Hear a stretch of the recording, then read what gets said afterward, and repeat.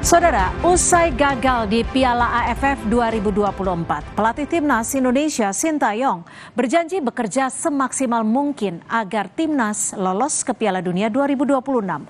Peluang terbuka jika kita skuad berhasil mengamankan 7 poin di 4 laga tersisa. Usai gagal melangkah ke semifinal, peringkat Indonesia turun ke 130 dari sebelumnya di posisi 125. Di gelaran AFF, Timnas menang 1 kali, imbang 1 kali, dan menelan 2 kali kekalahan. Dan saudara, untuk menjaga asa lolos ke Piala Dunia, Indonesia wajib memenangi setidaknya 2 dari 4 laga tersisa kualifikasi Piala Dunia. Timnas bakal menjalani laga tandang melawan Australia dan Jepang, serta menjamu Bahrain dan Tiongkok. Lantas apakah janji Sintayong yang bakal terwujud dan Timnas bisa melangkah ke Piala Dunia 2026? Kita akan bahas usai tayangan berikut. Tenang, kita lihat. Nampaknya Timnas Indonesia meraih hasil kurang menggembirakan di Piala AFF 2024 setelah gagal lolos dari fase grup. Pelatih Timnas Sintayong menyebut tak mudah bagi Timnas yang dihuni pemain muda berhadapan dengan pemain senior negara rival. Namun menurut STY, para pemain muda sudah bermain cukup baik di AFF. Dalam unggahan di Instagramnya, pelatih asal Korea Selatan itu berjanji bekerja semaksimal mungkin agar Timnas lolos ke Piala Dunia 2026. Kini kami akan melakukan yang terbaik untuk memastikan tim senior kami dapat mencapai Piala Dunia tahun depan, kata Sintayong. Terlepas dari hasil di AFF, pengamat sepak bola Anton Sanjoyo menyebut peluang Timnas lolos ke Piala Dunia memang tetap terbuka, terutama jika Timnas mampu mengalahkan Bahrain dan Tiongkok. Nah, kalau soal di Piala Dunia, pra Piala Dunia menurut saya peluang Indonesia masih cukup besar, terutama kalau bisa mengalahkan Bahrain atau Cina di kandang Indonesia, kemudian bisa menahan Australia atau menahan Jepang di kandang mereka. Gitu loh. Jadi peluang sangat terbuka, paling tidak bisa lolos ke putaran keempat, dan itu ceritanya akan lain lagi. Kegagalan menembus semifinal, Ketua Umum PSSI Erick Thohir akan mengevaluasi kinerja pelatih Sintayong serta para pemain. Erick Thohir menegaskan bukan untuk mencari siapa yang salah. Saya nggak bisa bicara per game, kan tadi saya harus evaluasi. Ya, evaluasi semua, nggak mau salah-salahan karena kesuksesan itu kan selalu saya bilang karena programnya bagus, pelatihnya bagus, pemainnya bagus. Ya. Berarti coaching ada evaluasi Pak? Coaching ada evaluasi berarti nanti? Pasti dievaluasi, orang coach Nova dievaluasi, coach Indra dievaluasi. Di kontraknya ada kok, semua pelatih wajib dievaluasi.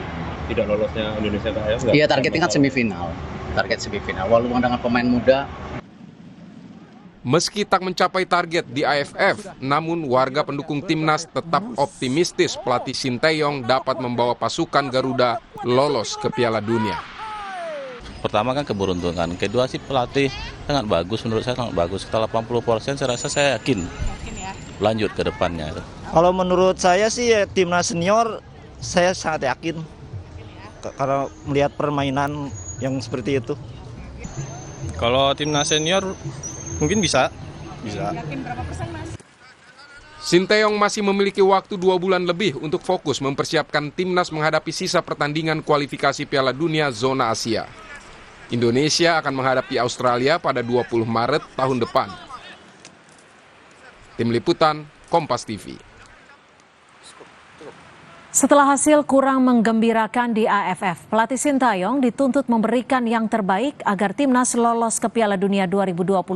Lalu bagaimana peluangnya? Kita akan bahas bersama pengamat sepak bola yang juga jurnalis olahraga Kompas.com, Mas Firzi Idris. Selamat malam Mas Firzi. Ini target di AFF tembus semifinal, tapi gagal. Faktornya apa? Pemain mudakah atau faktor taktikal saja sebenarnya?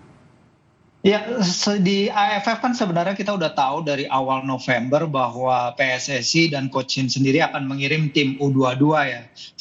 Di awal-awal turnamen PSSI selalu bilang bahwa targetnya adalah memberikan yang terbaik yang terbaik itu apa, ternyata lolos ke semifinal. Memang kalau kita lihat dari era Coach Shin, kegagalan kita lolos dari fase grup ini adalah yang pertama ya di eranya dia, karena sebelumnya kita menembus final tahun 2020 dan kemudian menembus semifinal 2022. Dan untuk kita gagal lolos memang ini bisa dipandang sebagai kegagalan dari timnas kita, walaupun Coach Shin sendiri melihat ini tidak sebagai kegagalan penuh, karena itu tadi kita turun dengan tim U22 menghadapi para pemain senior. Tantangannya jauh lebih sulit. Filipina yang kita harapin biasanya jadi lumbung gol, kita menciptakan rekor kemenangan di Piala AFF ketika menghadapi Filipina pada tahun 2002, ternyata kita kalah. Tapi kita tahu Filipina yang ini ternyata Filipina beda dari Filipina sebelum-sebelumnya di laga terakhir itu. Ketika sekarang Filipina bisa menahan Vietnam pada laga fase grup, terus kemudian mereka juga menang kemarin lawan Thailand, ini menandakan bahwa persaingan di AFF di Asia Tenggara ini sekarang jauh lebih merata, Mbak Cynthia. Jadi memang target sangat berat sekali yang diterapkan bagi para pemain muda timnas, tapi kita tahu Pak Erik juga dalam wawancara sama di video tadi, saya juga ada di sana, dia juga bilang bahwa ini adalah tim muda yang turun, pengalaman-pengalaman yang ditimba oleh para pemain ini akan penting untuk memberikan layer timnas ke depannya. Jadi dalam kategori itu bisa dibilang bahwa di Piala AFF kemarin bisa jadi ladang pembelajaran yang sangat berharga bagi para pemain Garuda Muda. Oke lah, targetnya tinggi dan juga menjadi ladang pembelajaran. Tapi kan Marcelino dan Ferrari ini kan kartu merah di AFF. Padahal mereka ini pemain senior gitu. Lalu bagaimana ini Coach Sintayong ini harus memperbaiki pengendalian diri pemain jelang kualifikasi Piala Dunia 2026? Iya betul, hal itu persis saya tanyakan di konferensi pers ketika usai laga kemarin kepada Coach Shin.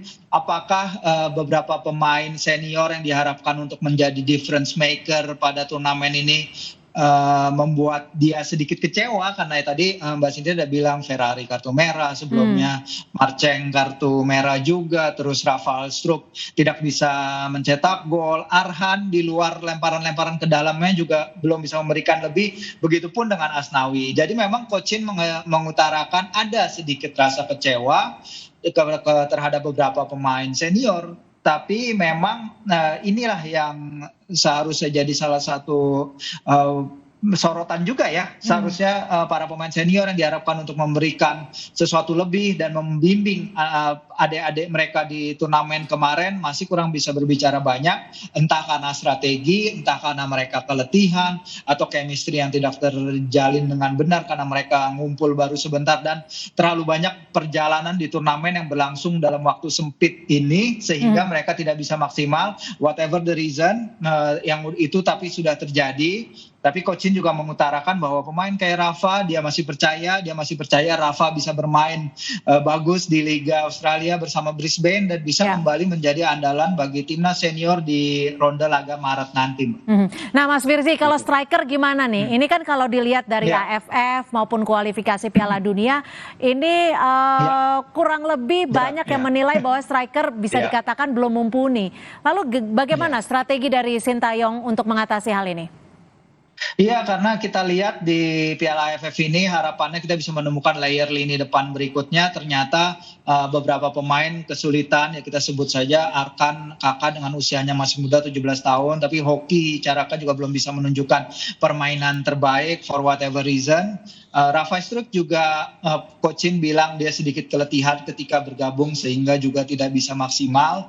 Dan kita lihat Struijk sebenarnya mencoba untuk mengambil tanggung jawab lebih sepanjang Piala AFF kemarin. Dia berusaha memikul tanggung jawab lini depan, tapi sayangnya memang masih belum bisa untuk mencetak gol dan membantu lini serang. Dan kita tahu di lini depan kita ada problem. Entah kenapa Coach Shin tidak memanggil Ramadan Sananta atau misalnya Jens Raven untuk memperkuat tim di Piala AFF, tapi itu adalah keputusan dia dan keputusan yang dia harus dia lewati. Akhirnya kita kesulitan mencetak gol di luar dari bola-bola mati. Terlepas dari lawan kita Vietnam yang datang dengan kekuatan penuh, Filipina juga yang bisa mengejutkan di turnamen. Jadi memang kita menghadapi situasi yang masih cukup abu-abu ini untuk di lini depan menjelang ronde laga Maret nanti, Mas.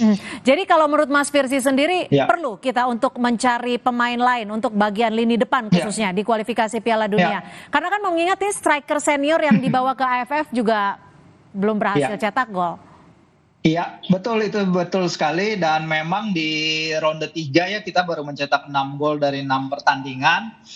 Tapi ini saya juga bicara dengan beberapa pemain, salah satunya dengan Sandy Walsh yang menyumbang beberapa gol bagi timnas senior. Tanggung jawab mencetak gol emang kalau bisa dipecah ke berbagai lini ya. Kita lihat di ronde 2 pemain kayak Jaijes juga menyumbang gol, Sandy juga menyumbang gol, Tom Hai menyumbang gol lawan Filipina di round 2 qualifiers, dan ini yang harus juga terjadi di round 3 karena bukan hanya lini depan yang harus bertanggung jawab mencetak gol, tapi the whole team mencetak gol itu tidak hanya terbatas ke pemain depan, tapi juga bagaimana para pemain lain memberikan sumbangsi mereka depan gawang, dan ini yang juga Sandy utarakan, dia dan teman-temannya sadar kalau lini depan kesulitan, mereka juga harus step up, dan ini yang berusaha mereka lakukan. Dan itu tadi penting kayak Mas Anton Sanjoyo tadi katakan, laga lawan Bahrain, laga lawan China di GBK itu adalah partai hidup mati bagi Garuda, Mbak. Oke, ini kan kalau dilihat dari beberapa pertandingan belakangan, ini kan STY juga disorot karena rotasi pemain di AFF nih. Bagaimana kalau dari Mas Firzi melihatnya untuk khususnya di kualifikasi Piala Dunia? Ya, bukan hanya di kontra Laos saja ya, tapi juga lawan China. Entah untuk alasan apa dia melakukan rotasi yang ternyata jadi kontraproduktif terhadap hasil yang ingin diraih oleh pasukan Garuda. Harapannya memang dalam 4 laga tersisa tidak ada lagi coba-coba tim, selalu keluarkan tim yang terbaik, selalu berusaha untuk mengejar kemenangan, karena ini adalah kesempatan terbesar kita mungkin dalam 50 tahun terakhir kali ya mendekati Piala Dunia. Udah sampai ronde ini, sayang sekali untuk dilewatkan karena memang generasi pemain ini generasi yang luar biasa, generasi yang penuh dengan pemain diaspora yang datang membela tanah air dengan penuh hati dan penuh harapan gitu ya. Semangat luar biasa, harapan tinggi juga agar mereka bisa bermain di Piala Dunia.